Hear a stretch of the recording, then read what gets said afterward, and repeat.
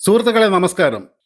പാകിസ്ഥാൻ നമ്മുടെ സഹോദരിമാരുടെ മതം നോക്കി അവരുടെ സിന്ദൂര നിഷ്കരണം എന്നേക്കുമായി മായ്ച്ചു കളഞ്ഞതിന് ഇന്ന് ഭാരതം വളരെ ശക്തമായ ഭാഷയിൽ തന്നെ തിരിച്ചടി കൊടുത്തുകൊണ്ടിരിക്കുകയാണ്. ഈ യുദ്ധ സാഹചര്യത്തിൽ ദേശത്തിന് പുറത്തും അകത്തുമുള്ള പ്രൊപ്പഗണ്ട കോമരങ്ങൾ അവരെ കൊണ്ടാകുന്ന വിധം വ്യാജ വാർത്തകൾ സൃഷ്ടിച്ച് നമ്മുടെയും നമ്മുടെ സൈന്യത്തിൻ്റെയും മനോവീര്യം കെടുത്താനുള്ള തീവ്രമായ ശ്രമത്തിലാണ്. ഇത് ആരെ സഹായിക്കാനാണ് എന്ന് ഏതൊരു മനുഷ്യർക്കും എളുപ്പത്തിൽ മനസ്സിലാകുന്നതുമാണ്. പാകിസ്ഥാനും ചൈനയും അങ്ങനെ ചെയ്യുന്നത് നമുക്ക് മനസ്സിലാക്കാം. ഏതൊരു രാജ്യവും അങ്ങനെ ചെയ്യും. ഒരു യുദ്ധം ഉണ്ടാകുമ്പോൾ ശത്രു രാജ്യങ്ങൾക്കെതിരെ കള്ളവാർത്തകൾ പ്രചരിപ്പിച്ച് പ്രൊപ്പഗണ്ട പ്രചരിപ്പിച്ച് അവരുടെ മനോവീര്യം കെടുത്തി അങ്ങനെ അവരെ തോൽപ്പിക്കാനുള്ള ഒരു ശ്രമം നടത്തുന്നത് ലോകമെമ്പാടും സാധാരണമാണ്. പക്ഷേ ഭാരതീയർ എന്ന് അവകാശപ്പെടുന്നവർ ഇന്ത്യയിൽ താമസിച്ച് ഇന്ത്യ മഹാരാജ്യത്തിൻ്റെ എല്ലാ ബെനിഫിറ്റ്സും എടുത്ത് ഇവിടുത്തെ ഉപ്പും ചോറും തിന്ന് ജീവിക്കുന്ന ചില പേക്കോലങ്ങൾ, ഇനി വിദേശത്തു നിന്ന് പണം വാങ്ങിയിട്ടാണോ അല്ലയോ എന്നറിയില്ല, ഇങ്ങനെ ചെയ്താൽ അവർക്കെതിരെ ദേശദ്രോഹത്തിന് കേസെടുത്ത് തുറുങ്കിൽ അടയ്ക്കണം. ഒരു കാരണവശാലും ഒരു കാലത്തും വെളിച്ചം കാണാത്ത, പുറം ലോകം കാണാത്ത രീതിയിൽ എന്നേക്കുമായി ഇവരെ തുറുങ്കിൽ അടച്ച് പൂട്ടേണ്ടത് ഈ രാജ്യത്തിന്റെ നിലനിൽപ്പിന് തന്നെ അത്യാവശ്യമാണ്. രാജ്യസ്നേഹം എന്നുള്ള ഒരു ആട്ടിൻതോല് വിട്ട് നാളുകളായിട്ട് ഇന്ത്യൻ മിലിറ്ററിയുടെ ആയുധങ്ങളെല്ലാം പാട്ടയാണ്. ഇതെല്ലാം എടുത്ത് തോട്ടിക്കളയണം. ഇതൊന്നും കാശിന് കൊള്ളില്ല. ഇതുകൊണ്ട് യുദ്ധം ചെയ്താൽ ഇന്ത്യ ഒരു കാലത്തും യുദ്ധങ്ങൾ ജയിക്കില്ല. ചൈനയും പാകിസ്ഥാനുമാണ് നമ്മളെക്കാളും എന്നും മികച്ചത് എന്നൊക്കെ തള്ളിമറിച്ച് സോഷ്യൽ മീഡിയയിൽ ഒരുപാട് റീച്ച് കിട്ടി ഒരുപാട് ആളുകളുടെ കയ്യടിയും വാങ്ങിച്ച് ഇന്ത്യയുടെ അന്നം ഭുജിച്ച് നടന്ന ഒരാൾ എന്ത് പറഞ്ഞാലും അതിനെല്ലാം ഭാരതീയ വായുസേനയുടെ ഉന്നത ഉദ്യോഗസ്ഥർ, ഈ മനുഷ്യൻ ഇന്ന് വരെ എയർ മാർഷലിൽ താണ ഒരു ഉദ്യോഗസ്ഥന്റെ റാങ്ക് കോട്ട് ചെയ്യുന്നത് ഞാൻ കണ്ടിട്ടില്ല.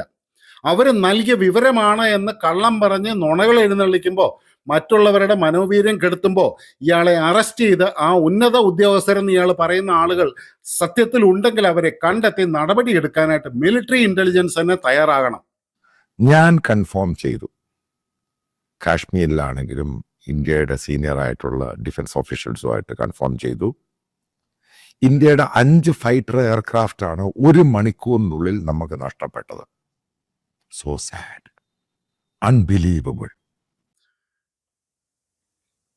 ഏറ്റവും പുതിയ പച്ചനുണം വലിയ ആവേശത്തോടെ പ്രചരിപ്പിച്ചിട്ട് അതിന്റെ പിന്നാലെ കുറ്റം മറ്റുള്ളവരുടെ തലയിൽ ചാരി ഒരു കൂസലുമില്ലാതെ തിരുത്തും കൊടുത്ത് രക്ഷപ്പെടാൻ ഇയാളെ അനുവദിക്കാൻ പാടില്ല. മാത്യു സാമുവൽ എന്ന് പറയുന്ന ഒരു യൂട്യൂബർ കാണിച്ചിരിക്കുന്ന പോക്കൃത്തരം, ഇന്നലെ ഇട്ട ഒരു വീഡിയോ ഞാൻ ഇയാളുടെ ചാനൽ കാണാറില്ലായിരുന്നു. പക്ഷെ എനിക്കത് വേറൊരാൾ അയച്ചു തന്നു. 1-2 പേര് ഇന്ന് രാവിലെ എന്നെ വിളിച്ച് ചോദിച്ചു, ഇങ്ങനെ ഒരു സംഭവം ഉണ്ടോ? ഇന്ത്യയുടെ 5 വിമാനങ്ങൾ പാകിസ്ഥാൻ വെടിവെച്ചിട്ടു. അതിൻ്റെ പുറമെ ഒരുപാട് കള്ളങ്ങൾ പറഞ്ഞ് ഈ രാജ്യത്തിന് തന്നെ രാജ്യദ്രോഹതരമായിട്ടുള്ള പ്രസ്താവനകൾ നടത്തുന്ന ഈ അവസരത്തിൽ ഇയാൾക്കെതിരെ കേസെടുക്കണം. ഏതായാലും മേൽപ്പറഞ്ഞ വീഡിയോയുടെ ചില പ്രസക്ത ഭാഗങ്ങൾ എടുത്തിട്ട് സത്യാവസ്ഥ എന്താണ് എങ്ങനെയാണെന്ന് നിങ്ങളെ ബോധ്യപ്പെടുത്താൻ വേണ്ടിയിട്ടാണ് ഇന്ന് എൻ്റെ ഉദ്യമം. എല്ലാവർക്കും നമസ്കാരം. വീഡിയോ ഇഷ്ടപ്പെട്ടെങ്കിൽ ഒന്ന് കമന്റ് ചെയ്യാനും ലൈക്ക് ചെയ്യാനും ഷെയർ ചെയ്യാനും മറക്കരുത്. നമ്മൾ പോസ്റ്റ്മോർട്ടം ചെയ്യേണ്ട സമയമായി.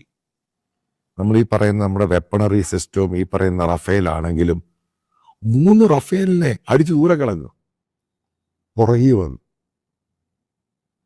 അതേപോലെ തന്നെ സുക്കോയ്, അതേപോലെ തന്നെ MiG-35, MiG-29. എന്താണ് ഇതിന് ഫർദറായിട്ട് നമുക്ക് അറിയാൻ സാധിക്കും. കാരണം ഇത് എല്ലാവരും റിപ്പോർട്ട് ചെയ്ത് ഇനിയും കൂടുതൽ സമയം ഇന്ത്യ ഗവൺമെൻറ്റിനത് മറച്ചു വെക്കാൻ പറ്റത്തില്ല. ഒരു വൈകുന്നേരത്തോടു കൂടി ഇന്ത്യ ഗവൺമെൻറ് ഇതുമായിട്ട് ബന്ധപ്പെട്ട് വിശദീകരണം കൃത്യമായിട്ട് കൊടുക്കാനായിട്ട് സാഹചര്യമുണ്ട്. 3 റഫേലിനെ അടിച്ച് ദൂരെ കളഞ്ഞു എന്ന് പറയുമ്പോൾ ആ മനുഷ്യൻ്റെ മുഖത്തെ ഫേഷ്യൽ എക്സ്പ്രഷൻ, ആ മുഖം ഒന്ന് വികസിക്കുന്നത്, ഇരിക്കുന്ന ഇരിപ്പിടത്തിൽ നിന്നൊരു ശകലം പൊങ്ങി വരുന്നത് ശരീരം മുഴുവനായിട്ട്, കണ്ണുകൾ വികസിക്കുന്നത്, ശബ്ദത്തിലുണ്ടായ ആ ഒരു മാറ്റം, ശബ്ദത്തിലുണ്ടായ ഒരു ഉയർച്ച, ആ വോയിസ് മോഡുലേഷനിൽ വന്ന വ്യത്യാസം, ഇതൊക്കെ നിങ്ങൾ ശ്രദ്ധിച്ചു. ഈ മനുഷ്യൻ അങ്ങനെ ഒരു സംഭവം ഉണ്ടായെങ്കിൽ അതിൽ 100% സന്തോഷിക്കുന്ന ഒരു വ്യക്തിയാണെന്നുള്ളത് ഈ ബോഡി ലാംഗ്വേജിൽ തന്നെ അങ്ങേയറ്റം വ്യക്തമാണ്. പക്ഷേ ഇത് കള്ളവാർത്തയാണ് പറയുന്നത് എന്ന് പോലുള്ള ഒരു ചിന്തയില്ലാതെ ഇങ്ങനെ പറയുമ്പോൾ ഇതിൻ്റെ സത്യം തേടി പോകേണ്ട ജോലി നമുക്ക് മറ്റുള്ളവർക്കാണ്. ഞാനിതാ CNN-ലെ ഒരു ഇൻ്റർവ്യൂ ഞാൻ നിങ്ങൾക്ക് വേണ്ടി പ്ലേ ചെയ്യാം. CNN-ലെ ഒരു TV ചാനലിൽ പാകിസ്ഥാൻ്റെ ഡിഫൻസ് മിനിസ്റ്ററുമായിട്ട് ഇൻ്റർവ്യൂ ചെയ്യുന്നുണ്ട്.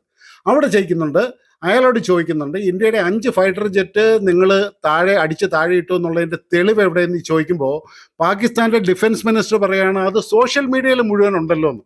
അപ്പോൾ ഇന്ത്യൻ സോഷ്യൽ മീഡിയയിലുണ്ട് എന്ന് എടുത്ത് പറയുന്നുണ്ട്. അത് ഈ ഇതുപോലെയുള്ള ആളുകളെ ആയിരിക്കും ഒരുപക്ഷെ ആ പാകിസ്ഥാൻ ഡിഫൻസ് മിനിസ്റ്റർ കോട്ട് ചെയ്യുന്നത്. This very specific allegation of 5 fighter jets shot down. Where's the evidence for that, sir? It's all over the social media. ഇതിനെയല്ലേ യഥാർത്ഥ രാജ്യദ്രോഹം എന്ന് പറയേണ്ടത്. ഇനി നമ്മൾ മുന്നോട്ട് വരികയാണെന്നുണ്ടെങ്കിൽ ഈ വാർത്തയുടെ സത്യാവസ്ഥ തേടി ഒരുപാട് അലയേണ്ടി വന്നു എനിക്ക്. ഒരു പിക്ചർ നമുക്ക് കാണാം, ഒരു ഡ്രോപ്പ് ടാങ്ക് വീണ് കിടക്കുന്നത്. ഒരു വിമാനത്തിൽ നിന്നും ഡ്രോപ്പ് ടാങ്ക് താഴേക്ക് വീഴുന്നത് 3 സാഹചര്യത്തിലാണ്. ഈ ഡ്രോപ്പ് ടാങ്കിനെയാണ് ഒരു ക്രാഷായ വിമാനം എന്നുള്ള രീതിയിൽ ഇവർ എടുത്ത് കാണിച്ചിരിക്കുന്നതും ഈ റോയിട്ടേഴ്സ് പോലെയുള്ള മാധ്യമങ്ങൾ പോലും ഈ ഡ്രോപ്പ് ടാങ്കിനെ വിമാനം എന്നുള്ള രീതിയിലാണ് എടുത്ത് കാണിച്ചിരിക്കുന്നത്. പക്ഷേ ഒരു കാര്യം നമ്മൾ മനസ്സിലാക്കണം, റോയിട്ടേഴ്സ് എന്നൊക്കെ പറഞ്ഞു കഴിഞ്ഞാൽ അമേരിക്കൻ ഡീപ് സ്റ്റേറ്റിൻ്റെ വലങ്കയാണെന്നുള്ള കാര്യത്തിൽ ഇപ്പോൾ ആർക്ക് യാതൊരു സംശയമില്ല, മാത്യു സാമുവലിന് ഒഴികെ. ഡ്രോപ്പ് ടാങ്ക് വീഴുന്ന 3 സാഹചര്യത്തിലാണ്. ഒന്ന്, പൈലറ്റ് പെട്ടെന്ന് രക്ഷപ്പെടാൻ വേണ്ടിയിട്ട് വിമാനത്തിൻ്റെ വെയിറ്റ് കുറയ്ക്കാനും ഡ്രാഗ് കുറയ്ക്കാനും വേണ്ടി ഇതിനെ ജെറ്റിസൺ ചെയ്തിട്ട് പെട്ടെന്ന് ആ സ്ഥലത്തുനിന്ന് വിട്ടുപോകുന്ന ഒരു സാഹചര്യം.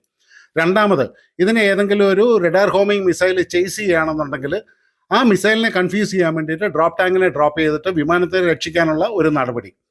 മൂന്നാമതൊരു പോസിബിലിറ്റി എന്ന് പറഞ്ഞു കഴിഞ്ഞാൽ ഇത് ഏറ്റവും എക്സ്ട്രീം വെളിയിലുള്ള പൈലോൺസിലായിരിക്കും ഡ്രോപ്പ് ടാങ്ക് സാധാരണഗതിയിൽ ഘടിപ്പിച്ചിരിക്കുക.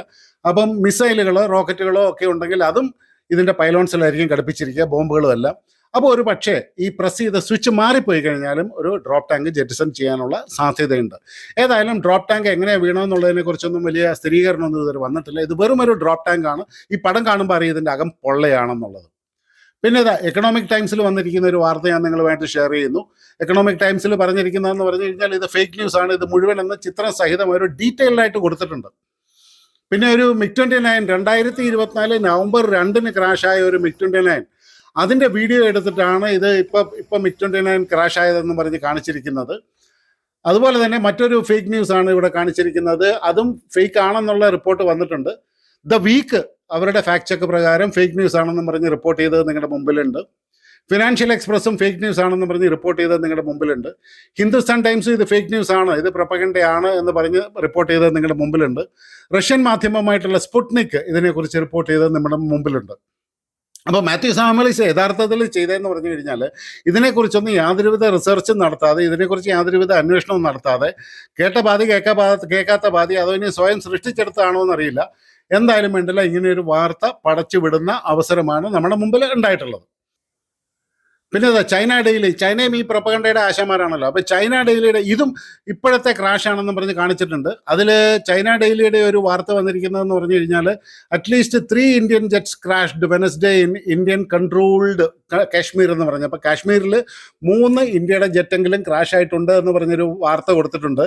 ഇതും ഈ പറഞ്ഞ പോലെ പഴയ ഏതോ ഒരു വിമാനത്തിൻ്റെ ക്രാഷിൻ്റെ ഒരു ഫോട്ടോ എടുത്തിട്ടാണ് കൊടുത്തിരിക്കുന്നത്. ഇത് 2019 ഫെബ്രുവരി 28 ഒരു ചൈനീസ് മാധ്യമത്തിൽ തന്നെ വന്നിട്ടുള്ള ഒരു വാർത്തയാണ്. ഏതായാലും അതിനെ എടുത്തിട്ടാണ് ഇപ്പോഴത്തെ ആണെന്നും പറഞ്ഞ് ഇപ്പൊ കൊടുത്തിരിക്കുന്നത്. അപ്പൊ ഈ കാര്യങ്ങളിൽ ഒരു ഫാക്ട് ചെക്ക് പോലും നടത്താതെ, ഇതിനെക്കുറിച്ച് യാതൊരു റിസർച്ച് നടത്താതെ ഇത്രയും ആവേശം കയറിയിട്ട് ഇങ്ങനെ ഒരു വാർത്ത പടച്ചു വിട്ടു. അത് തന്നെയല്ല ഇന്ത്യയിലെ എക്യുപ്മെന്റ്സ് ഒന്നും കൊള്ളില്ല, ഇതെല്ലാം മഹാ തല്ലിപ്പൊളിയാണ്, കാശിന് കൊള്ളില്ല എന്നൊക്കെ പറഞ്ഞിട്ട് ഇങ്ങനെ ഒരു പ്രൊപ്പഗണ്ട അടിച്ചിറക്കണമെന്നുണ്ടെങ്കിൽ തീർച്ചയായിട്ടും ഇങ്ങനെയുള്ള വ്യക്തികളുടെ മനസ്സിലെ ആ ഒരു ഉദ്ദേശം അത് പരിശുദ്ധമല്ല. ഇത് തീവ്രമായ രാജ്യദ്രോഹം തന്നെയാണ്. ആ രീതിയിൽ തന്നെ ഇതിനെ കണ്ടെത്തി, ആ രീതിയിൽ തന്നെ ഇതിനെ കണ്ട് വേണ്ടത്ര അന്വേഷണം ഇന്റലിജൻസ് ബ്യൂറോയോ NIA ആരാന്ന് വെച്ചാൽ അന്വേഷിച്ചിട്ട് വേണ്ട നടപടികളും കൂടെ കൈക്കൊള്ളുന്നത് നമ്മുടെ രാഷ്ട്രത്തിന്റെ നിലനിൽപ്പിന് വളരെ നല്ലതായിരിക്കും. ഞാൻ നേരത്തെ പറഞ്ഞു പാകിസ്ഥാന് S-400 കൊടുത്തിട്ടുണ്ട്. അത് റഷ്യ ഡയറക്റ്റ് അല്ല കൊടുത്തേക്കുന്നത്. 2 ഓപ്ഷനാണ് ഉള്ളത്. കാരണം ഒന്ന്, ഈ S-400 ടർക്കി വാങ്ങിയിട്ടുണ്ട്. അപ്പോൾ ഉക്രൈനും റഷ്യ വാറുമായിട്ട് ബന്ധപ്പെട്ട് അതിൻ്റെ പെർഫോമൻസ് മോശമാണെന്ന് പറഞ്ഞ് ടർക്കി അത് പാകിസ്ഥാന് കൊടുത്തു. ഒന്ന്, ചൈനയും പാകിസ്ഥാന് കൊടുത്തു, വളരെ വില കുറച്ച്. ടർക്കി കൊടുത്ത ഫ്രീ ആയിട്ടാണ് കൊടുത്തേക്കുന്നത്. അപ്പോൾ അവരുടെ കയ്യിൽ ഈ പറയുന്ന അഡ്വാൻസ്ഡ് റഷ്യൻ വെപ്പൺസ് എല്ലാം അവരുടെ കയ്യിലുണ്ട്. ഇത് തന്നെ കണ്ടില്ലേ, ഇത് ഏത് പത്രവാർത്തയുടെ അടിസ്ഥാനത്തിലാണ് ഈ തള്ളുന്നത്? പാകിസ്ഥാൻ്റെ കയ്യിൽ S-400 മിസൈൽ ഡിഫൻസ് സിസ്റ്റം ഉണ്ടെന്ന്. അത് തുർക്കിയും ചൈനയും കൂടെ കൊടുത്തതാണ്. തുർക്കി വെറുതെ കൊടുത്തു, ചൈന വില കുറച്ച് കൊടുത്തു എന്ന്. ഒരു S-400 ബാറ്ററിയുടെ വില എന്ന് പറയുന്നത് $1 ബില്യൺ മുതൽ $1.25 ബില്യൺ വരെയാണ്. $1 ബില്യൺ എന്ന് പറഞ്ഞാൽ 100 കോടി $. നമ്മൾ 5 യൂണിറ്റ് മേടിക്കുന്നതിന് $5.5 ബില്യൺ പൈസയാണ് നമ്മൾ അങ്ങോട്ട് കൊടുക്കുന്നത്. അതൊരു കാര്യം. അപ്പോൾ ഇതിനെ വളരെ ചീപ്പായിട്ട് അല്ലെ തുർക്കി $1 ബില്യൺ സിസ്റ്റം ഫ്രീ ആയിട്ട് കൊടുത്തു എന്നാണോ നിങ്ങൾ ഈ പറയുന്നത്? റഷ്യയുടെ മിലിറ്ററി എക്യുപ്മെൻറ്റ് റീസെയിൽ ടേംസ് വളരെ സ്ട്രിക്റ്റ് ആണ്. അത് അമേരിക്കയുടെ സിസ്റ്റം പോലെ തന്നെ അങ്ങേയറ്റം സ്ട്രിക്റ്റ് ആണ്. അതിനകത്ത് ഏറ്റവും പ്രധാനപ്പെട്ട കീ കണ്ടീഷൻസ് എന്ന് പറയുന്നത്, ഒന്ന് എൻഡ് യൂസർ എഗ്രിമെൻ്റ് ഉണ്ടാവും. അതായത് എൻഡ് യൂസർ സർട്ടിഫിക്കറ്റ് റഷ്യക്ക് വേണം. ബയറിന് ഈ സാധനം ഒരു കാരണവശാലും മോസ്കോയുടെ അപ്രൂവൽ ഇല്ലാതെ റീസെല് ചെയ്യാൻ പറ്റില്ല എന്ന സ്ട്രിക്റ്റ് ആയിട്ടുള്ള കണ്ടീഷൻ. അങ്ങനെ തുർക്കിയോ ചൈനയോ പാകിസ്ഥാനോ അത് കൊടുത്തിട്ടുണ്ടെന്നുണ്ടെങ്കിൽ റഷ്യ അതിനെതിരെ വളരെ ശക്തമായ നടപടിയെടുക്കും. പിന്നെ അത് തന്നെയല്ല, റഷ്യയുടെ എല്ലാ സെയിലും ഗവൺമെൻറ് ട്രാൻസ്ഫറാണ്. എല്ലാ റഷ്യയുടെ ആംസ് ഡീലും അങ്ങനെയാണ് പോകുന്നത്. അതുകൊണ്ട് തന്നെ ഗവൺമെൻറ് അപ്രൂവൽ വരെയും വേണം. പിന്നെ വളരെ അഡ്വാൻസ്ഡ് ആയിട്ടുള്ള S-400 പോലെയുള്ള മിസൈൽ ഡിഫൻസ് സിസ്റ്റം എന്ന് പറഞ്ഞു കഴിഞ്ഞാൽ അതിൻ്റെ ടെക്നോളജി സേഫ് ഗാർഡ്, അപ്പോൾ അതിനകത്ത് സോഫ്റ്റ്വെയർ ലോക്ക് വരെ ഉണ്ടാവും. അൺഓതറൈസ്ഡോ മോഡിഫിക്കേഷനോ റീസെയിലോ നടന്നു കഴിഞ്ഞാൽ റഷ്യക്ക് അത് ലോക്ക് ചെയ്യാനായിട്ട് സാധിക്കും. അത് എല്ലാ രാജ്യങ്ങളും ഇതുപോലെയുള്ള രാജ്യങ്ങളെ പ്രധാനപ്പെട്ട ടെക്നോളജിയുടെ പുറത്ത് ചെയ്യുന്നതാണ്. ഇതൊന്നും അറിയാതെ ഇങ്ങനെ വാരി വലിച്ച് ഈ ദേശത്തെ ജനങ്ങളെ പരിഭ്രാന്തിയിലാക്കാനായിട്ട്, ഒരു പക്ഷേ ഈ രാജ്യത്ത് ജനങ്ങൾ ഭയപ്പെട്ട് കഴിയുമ്പോൾ ഒരു സിവിൽ വാറിനുള്ള സാധ്യത പോലും ഉണ്ടാക്കാൻ വേണ്ടിയാണോ ഇയാൾ ഇങ്ങനെയൊക്കെ പറയുന്നതെന്ന് ന്യായമായിട്ടും സംശയിച്ച് പോകണം. അതുകൊണ്ടാണ് ഞാൻ പറയുന്നത് ഇയാൾക്കെതിരെ നടപടി വേണമെന്ന്. സുഹൃത്തുക്കളെ, വ്യാജ വാർത്തക്കാർ ഒരുപാട് സോഷ്യൽ മീഡിയയിലുണ്ട്. നിങ്ങൾ ശ്രദ്ധിച്ച് മാത്രം കാണുക, ശ്രദ്ധിച്ച് മാത്രം അതിനെക്കുറിച്ച് വിശ്വസിക്കുക. ഇത്ര മാത്രമേ എനിക്ക് പറയാനുള്ളൂ. നിങ്ങൾക്ക് എക്സൈറ്റിംഗ് ആയിട്ടുള്ള, മോട്ടിവേറ്റിംഗ് ആയിട്ടുള്ള നല്ല നല്ല വാർത്തകളുമായിട്ട് തീർച്ചയായിട്ടും ഞാൻ നിങ്ങളുടെ മുമ്പിലേക്ക് വരാൻ ശ്രമിക്കുന്നതാണ്. അതുവരെ എല്ലാവർക്കും എൻ്റെ വിനീതമായ നന്ദി, നമസ്കാരം, ജയ് ഹിന്ദ്.